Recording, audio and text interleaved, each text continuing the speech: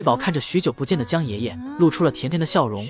今天江爷爷的休假结束了，江爷爷从早上来到园区后，便立刻开始了第一天的工作。刚换好工作服，身后就跟上了摄像团队。没人知道江爷爷现在有没有走出生离死别的伤痛，但江爷爷已经开始面带笑容的录制节目了。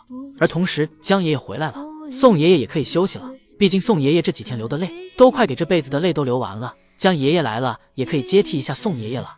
江爷爷来到园区给姐妹俩收拾竹子时，瑞宝趴在小木床上，痴痴望着这个许久不见的爷爷，小嘴不自觉地向上扬。瑞宝心想，自己最喜欢的爷爷终于回来了。江爷爷给爱宝准备好竹子和小零食后，先是来到树上看了看在树上熟睡的辉宝，然后下来又观察了一下瑞宝。看到姐妹俩这2天被宋爷爷照顾得不错，那就放心了。这次江爷爷重新营业，想必会有很多节目要来采访。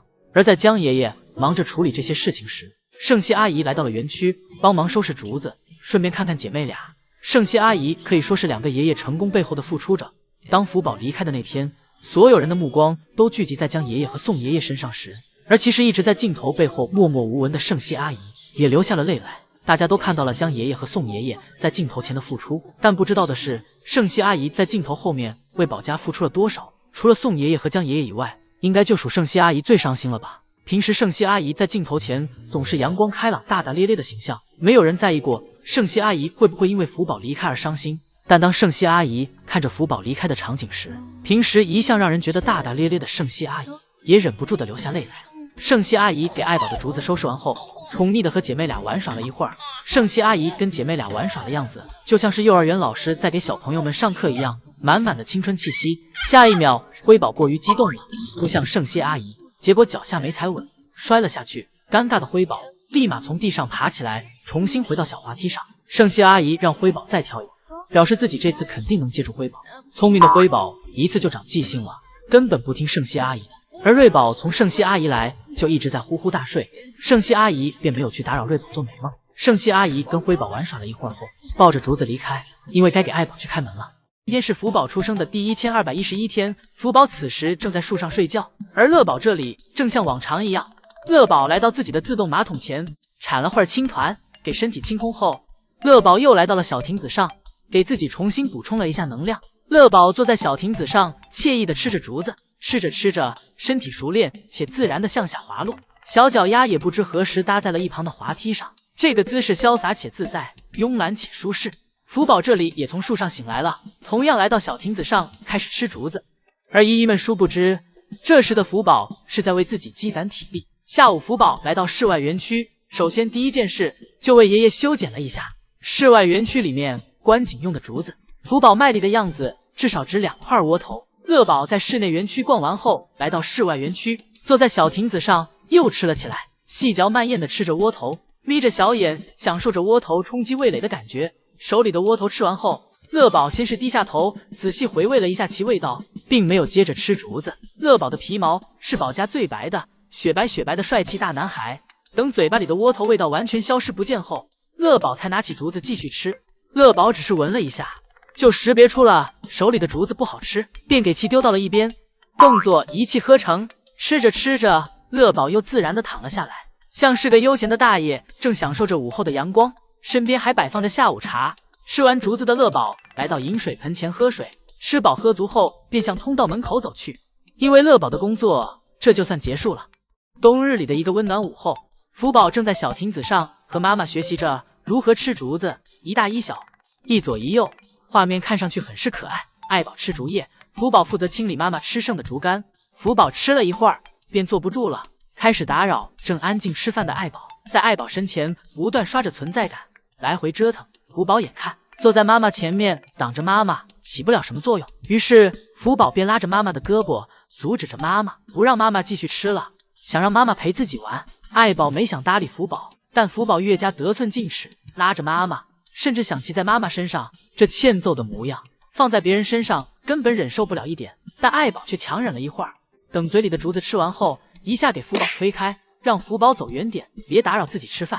爷爷曾看到爱宝为福宝付出的一切，爷爷感叹道，世上所有的母亲都是伟大的。宋爷爷表示，手上这黑色像鱼子酱一样的东西就是福宝的出便。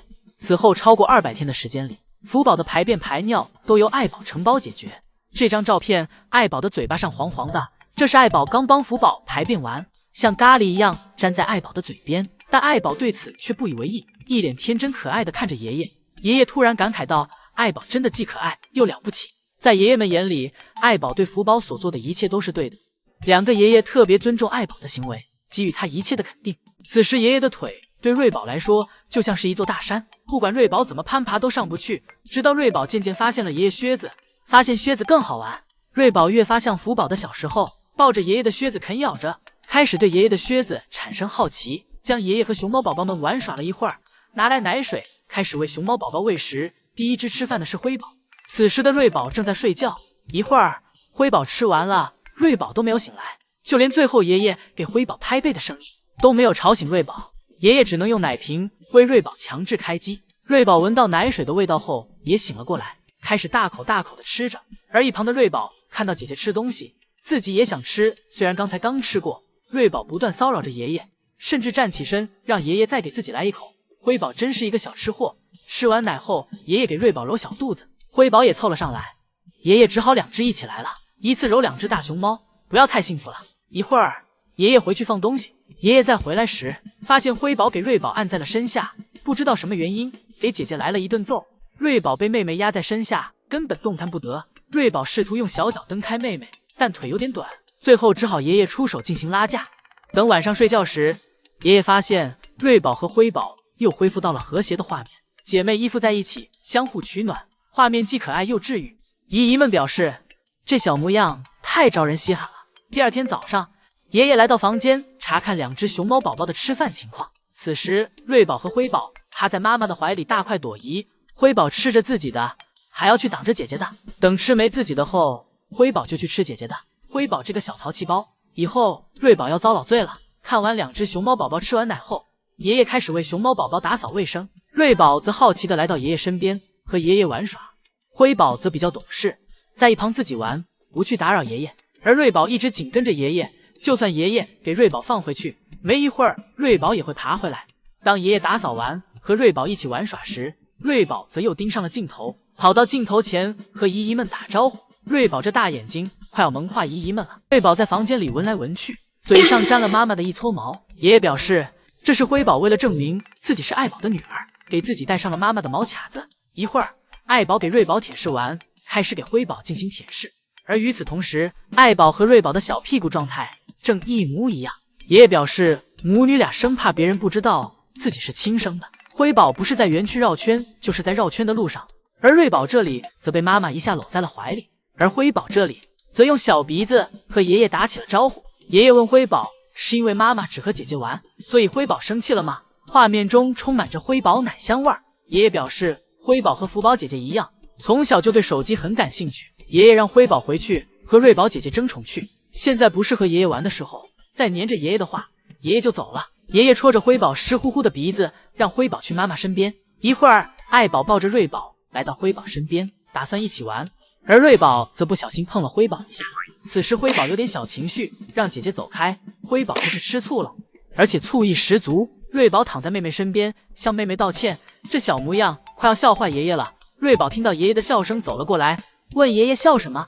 江爷爷表示自己不是故意的，向瑞宝道歉。一会儿，瑞宝和灰宝打架，爷爷在旁边指挥，表示瑞宝躺着只会挨打，让瑞宝站起来反击才行。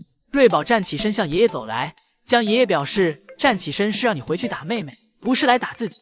爷爷给瑞宝推了回去，让瑞宝重新加入战斗，而瑞宝则粘上爷爷了。可能瑞宝觉得对于妹妹，爷爷更好欺负。江爷爷出书后，最近宋爷爷也出书了。